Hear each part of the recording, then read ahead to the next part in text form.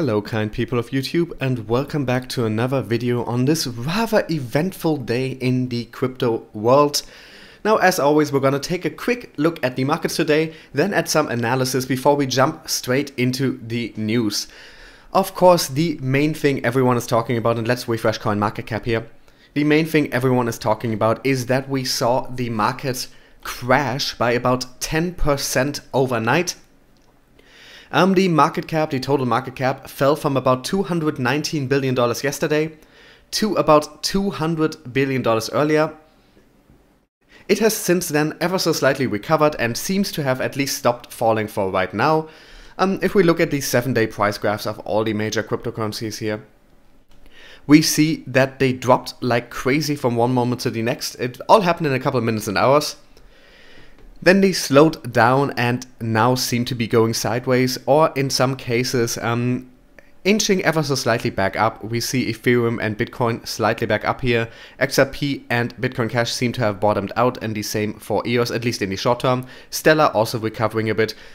So we might be seeing at least a partial recovery of that right now. This of course looked rather scary if you were watching it while it was going on. But keep in mind, we have had days like this many times in the past, and crypto has persevered through it. And this is pretty much just all to the values that these tokens had a couple of weeks ago. So we're not seeing all-time lows or yearly lows here, at least for most tokens. Especially XRP, even after dropping significantly for a couple of weeks in a row now, XRP is still at 41 cents and a good 50% higher than it was just about a month ago at about 25 cents. So don't be scared, don't sell off because you're worried. This is just the crypto markets moving.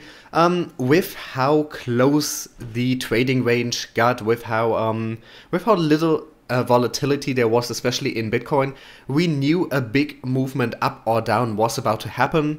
Most people anticipated, me included, anticipated a movement up, but what we got was a crash down. But don't get scared from this. We have seen this before, and if you sell off here, you might regret that in the future.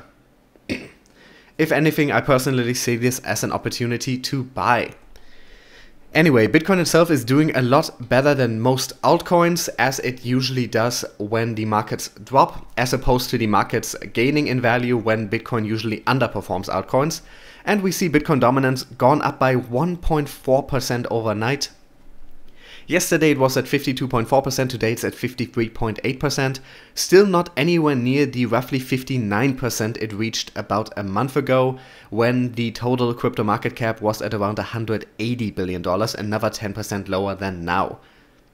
But in general, we are seeing that drop, but for now it seems to have stopped, and I wouldn't personally be too worried about this. Like I keep saying in most of my videos, if you're just in it for the short-term profits, if you invested in crypto or in any particular token because people online were telling you will be rich in a week, that was probably a mistake.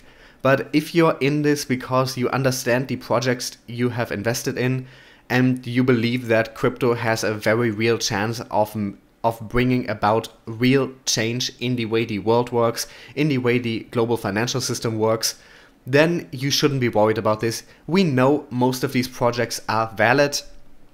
We know they have good technology, good teams, and good partnerships behind them, and the value will return and will go up. Anyway, let's look at some actual analysis from people who are way better at the technical stuff than I could ever be. All these articles, of course, linked in the description, and there's some other nice stuff in the description, like my social media links, some ways to support the channel if you would like. I have a Patreon now. 2 supporters, thank you very much to those 2 people who graciously gave me some money to do these videos. I really appreciate it. But anyway, all the links to these articles in the description if you want to read all of them or any of them. I usually don't read all the articles out fully, but this one I will probably read all of because it gives some insights. Most notably because the perspective has changed a bit since yesterday, and yeah, there's a bit of a shift, so let's read this.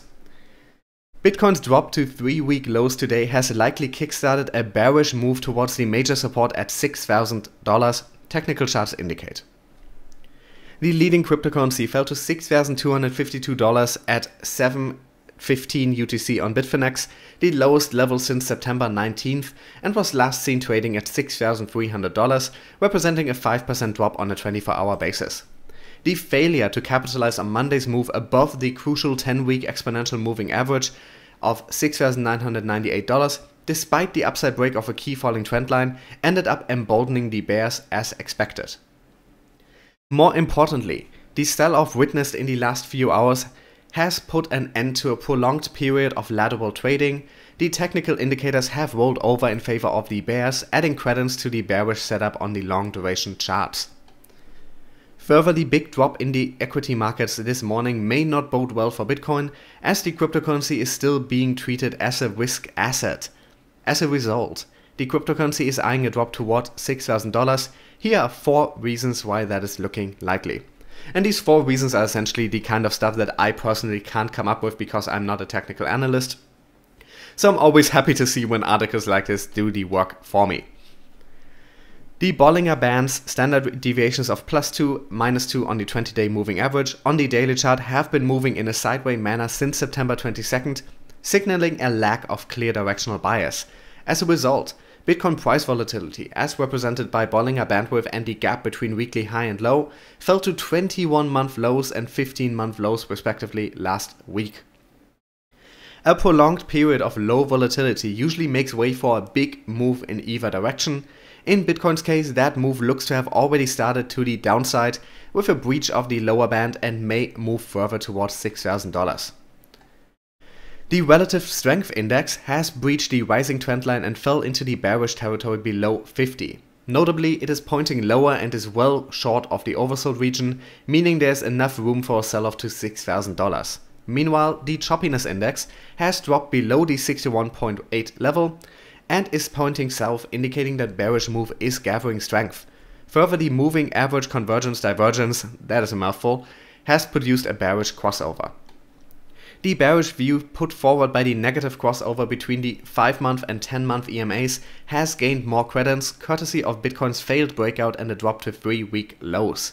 Notably, the moving averages turned bearish last month for the first time since September 2014. Bitcoin's drop to lows below $6,300 comes a day after the Dow Jones Industrial Average shed 800 points. This isn't the first time that the leading cryptocurrency has followed the action in the equity markets. As seen in the charts above, Bitcoin pretty much mimicked the Dow Jones Industrial Average in the last quarter of 2017 and the first quarter of 2018. Looking ahead, the equities could drop further, courtesy of the rising bond yields, and push Bitcoin lower. While many argue that Bitcoin is a safe haven asset, the historical price action suggests that it in fact tracks equity markets. This is hardly surprising, as Bitcoin is still struggling to get mainstream exposure, and investors may feel more secure with other classic safe haven assets like gold, which is also struggling to post gains. And their view is, Bitcoin risks falling to $6,000 in the short term as various indicators have turned bearish. A violation there would allow a deeper drop to $5,870, support of the trendline drawn from the June low and the August low. The bearish case would weaken if the 21-month EMA, currently located at $6,122, proves a tough nut to crack. On the higher side, the 10-day EMA is the level to beat for the bulls. A weekly close on Sunday above that level would put the bulls back into the driver's seat. So what we have to take away from this is that right now the direction is very much looking downwards, with the major resistance happening at $6,000. If we fall below that, who knows what is going to happen, but that is the level to break. Now, it's not entirely impossible for the sentiment to turn short-term bullish again, or for the markets to just continue moving sideways, but as it's looking right now, it looks on track to go down.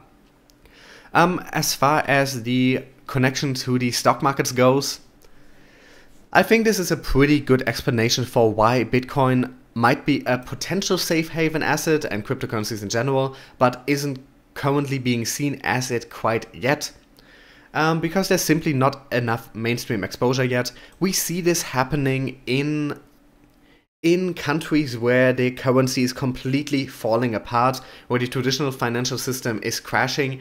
There we see people flee into Bitcoin and cryptocurrencies, because it's a much more high-risk situation there. Right now in America, when people see the stocks fall by a couple percent, that is not quite enough yet to make Bitcoin seem safer, because that is the kind of fluctuation we see in the crypto markets every single day. So it makes sense that people wouldn't be pulling their money out of stocks and pushing it into crypto, because right now crypto is still more volatile. If we see the stock markets drop by 20 or 30% in a short period of time, then I think we are likely to see people pull out and push their money into crypto instead. Anyway, that is the analysis. Now we've already talked about the markets for 10 minutes, so let's actually get to news. And the first one is more of a rumor, but there might be some truth to it. Could Swift announce a partnership with XRP? And the big reason we think this might actually be the case is these rumors have been around for a long time. But there's an upcoming event where Ripple is actually going to appear at a Swift event. So let's read what this article by Bitcoin Exchange Guide says. Could Swift announce a partnership with Ripple and XRP? Ripple could soon shock the market once again. This time the payment processor Swift could announce a partnership with Ripple in order to use Ripple's service xRapid, which uses the third most valuable cryptocurrency in the market, XRP. Between October 22nd and October 25th, Swift will be hosting an event in Sydney in which they could talk about this specific partnership. If the partnership is real, it could help Ripple and XRP expand all over the world. At the moment, Swift is one of the most important companies handling an important number of cross-border transactions all over the world. We don't really need to read the rest of it. The important thing here is that Ripple is present as an official presenter at the Sebos event. That is a Swift event with thousands of executives from all over the world attending. We don't know for sure if Swift is announcing any kind of partnership with Ripple, but considering that Ripple is generally seen as their competition, it would seem weird for them to announce to allow Ripple to be a presenter at their event if there isn't something brewing in the background. Now, I believe that Swift working with xRapid is total speculation at this point. Let's just see if anything actually is announced at all, and even if they do decide to use Ripple's technologies, they could aim for xCurrent instead, which is the protocol that doesn't necessarily use the XRP token. There could also be something completely different in the works, but this is these two giants getting closer together, and Ripple's entire purpose is essentially supplanting Swift. So this is a very interesting development, and a lot of people are claiming this is proof that they are working together. This is proof that Swift is going to use XRP. We do not, to my knowledge, have anything proving that, but there is reason to speculate here that something big might be on the way. I think it's best to just wait 2 weeks until October 22nd to October 25th to see if anything will actually come out of this, but it's definitely an intriguing development.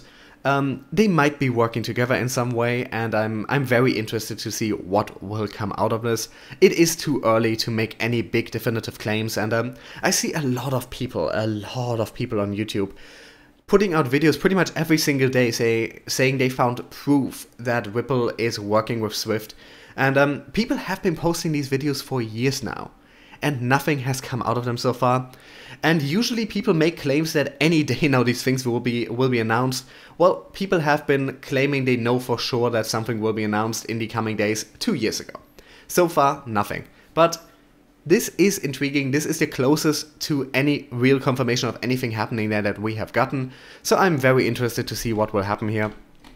If Swift were to work with Ripple, and especially if they were to use xRapid in some way, even if they were just testing it out, that could be absolutely huge for the XRP token. Swift is dealing with billions and billions and billions and billions every single day. If even just a part of that would flow through XRP, that would push the price up to many times what it is right now. Anyway, something else very interesting happened today. Yeah, the Senate testimony of a certain economist who has been bad-mouthing crypto for a while, and I just want to read out some of the things he said here, because some of them were utterly ridiculous, some of them had a kernel of truth but were misrepresented, and let's just talk about it, because these are the arguments that mainstream media is now using to bash cryptocurrencies. Because now they can say, look, this economist is saying exactly what we've been saying for years. So we should be aware of these arguments, and even if they're ridiculous, we need to be aware of them so we can counter them. This morning, the US Senate Committee on Banking, Housing and Urban Affairs is holding a hearing on cryptocurrency and blockchain technology, featuring testimony from New York University economist Nouriel Roubini. I probably mispronounced his name, I don't care. As CCN reported, he has been bashing Bitcoin since before most of the mainstream public had become familiar with the terms cryptocurrency and blockchain, and true to form, his Senate testimony contained some real gems. Here are some highlights. By the time this article is published, Roubini will have likely become the first person to use the word shitcoin in congressional testimony, with the word, a term of derision that Bitcoin maximalists frequently use when discussing altcoins, appearing 4 times in his written testimony. His testimony reads, "And a 70% capital loss was a good deal compared to thousands of altcoins, otherwise better known as shitcoins, that have lost on average 95% of their value since the peak. Actually calling this useless vaporware garbage a shitcoin is a grave insult to manure that is a most useful, precious and productive good as a fertilizer in agriculture." Now, I mean, he does have his way with words, doesn't he? I think if he was an author writing fiction instead of writing about crypto, I would enjoy his writing. So he definitely has his way with words. This is a wonderful sentence here. This is a wonderful sentence. It is obviously not true. It is complete nonsense. And even his definition of what a shitcoin is, in my understanding, shitcoin doesn't refer to altcoins in general. That might be what some Bitcoin maximalists use it as, but Bitcoin maximalists, in my honest opinion, are being utterly ridiculous. The idea that Bitcoin is the only valid cryptocurrency is just obscene when so many other cryptocurrencies have much better use cases, have advanced technology, and have large corporations and banks backing them. It's utterly ridiculous to call all other tokens shitcoins. So in my understanding, that is not actually the mainstream use of the term.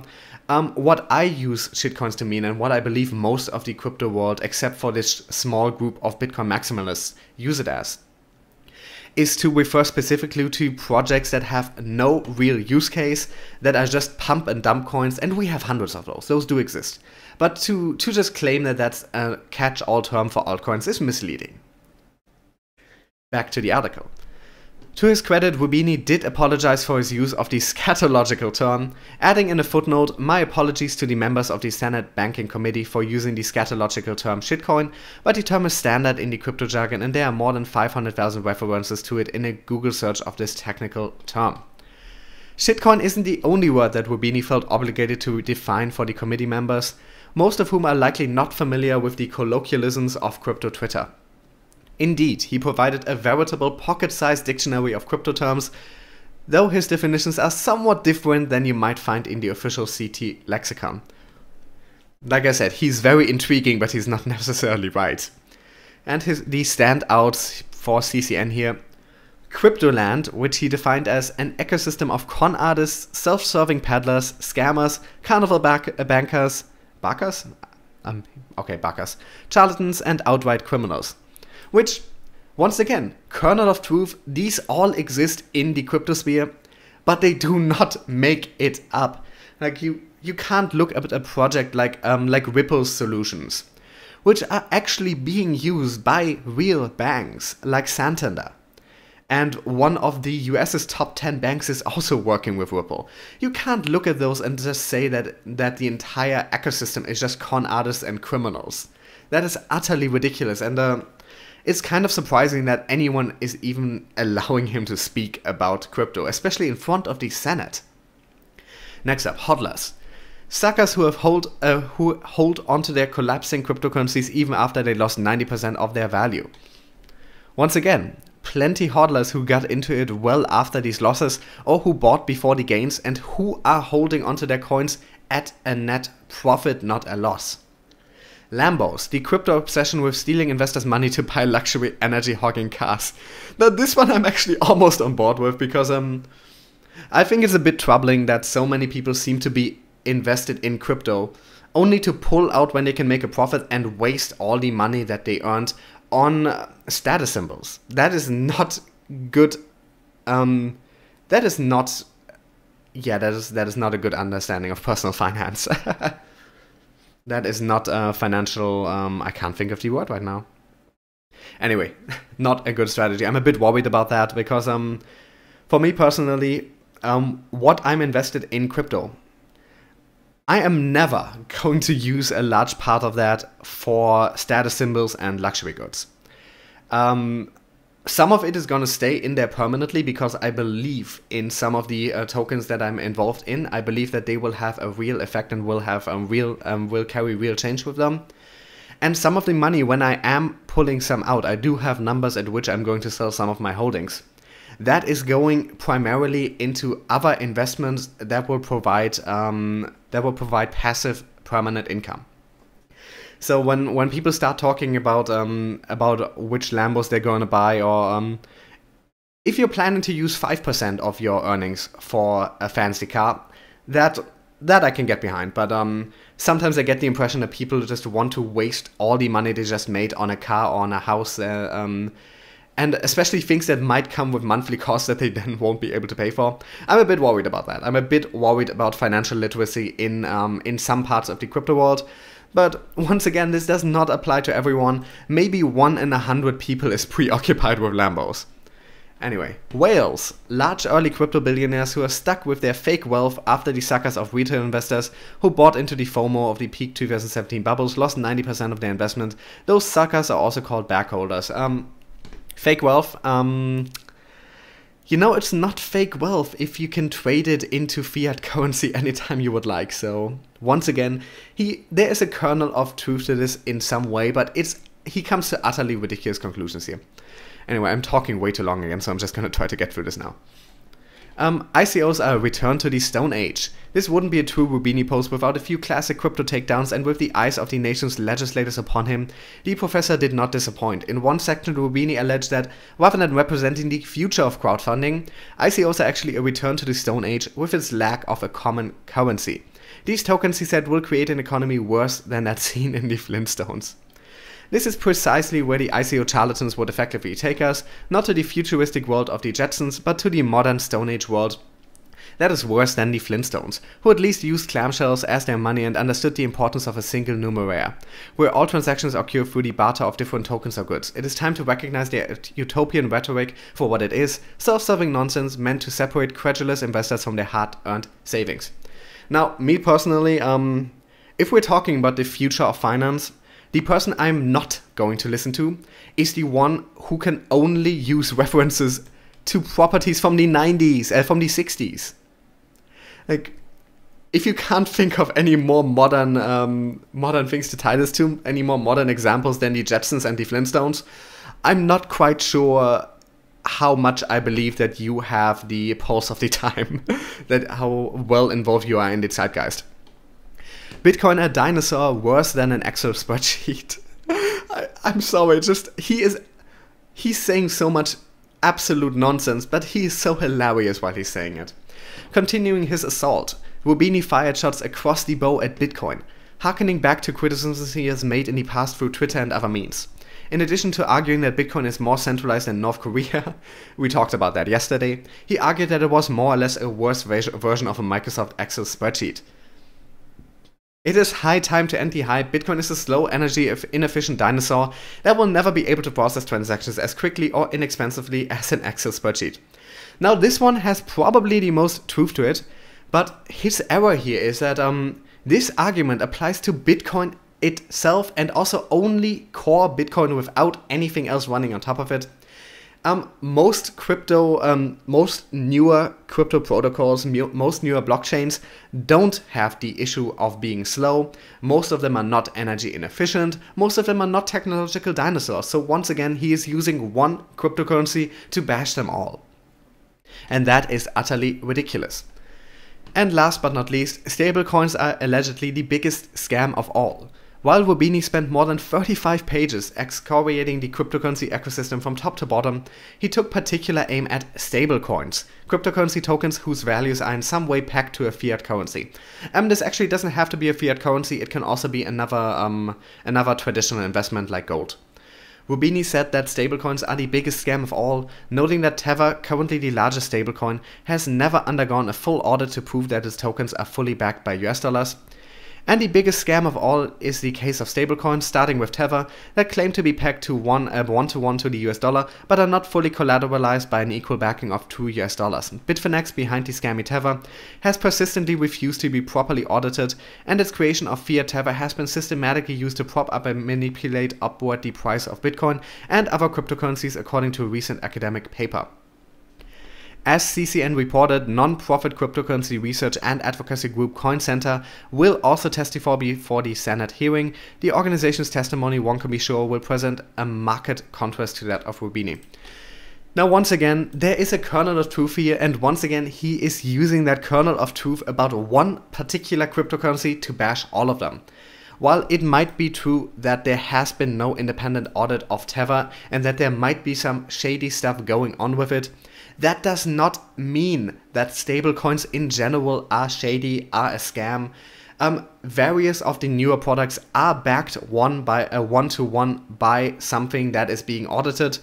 So even if Tether has its issues, and there are various legitimate issues with Tether, various questions that need to be answered, that wouldn't prove that stablecoins are a scam in general. It's just for a professor, he is very, very bad at coming up with legitimate arguments. His logic does not check out for most of these, and there are so many fallacies in his arguments here. So many fallacies. It's just absolutely ridiculous. I really hope the people in the Senate won't just blindly listen to him because he is a professor of economics, because these are simply not valid arguments. It doesn't matter who they come from. I hope people will see the fallacies here. And at least they are getting testimony from someone on the other side, from people supporting cryptocurrencies, so hopefully they will be able to clear some of this up. Anyway, let's continue on. A war-torn country in Syria will use crypto to power an anarchist state.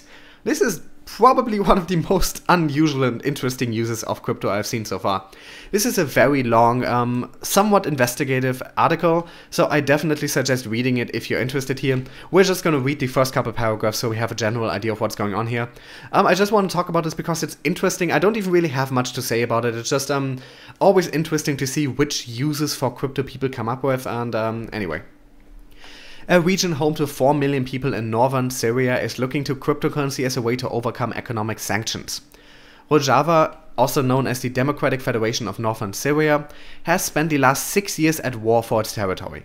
Now under a fragile peace, the region is under economic sanctions from all sides: Turkey, Iran, Syria and Iraq. In the midst of this uncertainty, however, those backing the state are putting a new emphasis on monetary independence. Because its primary currency is the Syrian lira, the main currency of the Syrian state, which Rojava has just spent years fighting, there's a growing belief in some quarters that cryptocurrency could provide a better alternative. Erselan Serdam, I probably mispronounced that, a leader of Rojava's technological development project, told CoinDesk. Alongside a system of self-governing communes, Rojava plans to implement new technological academies with a particular emphasis on cryptography and cryptocurrency, he said. Assisting the change is Amir Taki, an early Bitcoin developer who fought alongside Rojava in the war.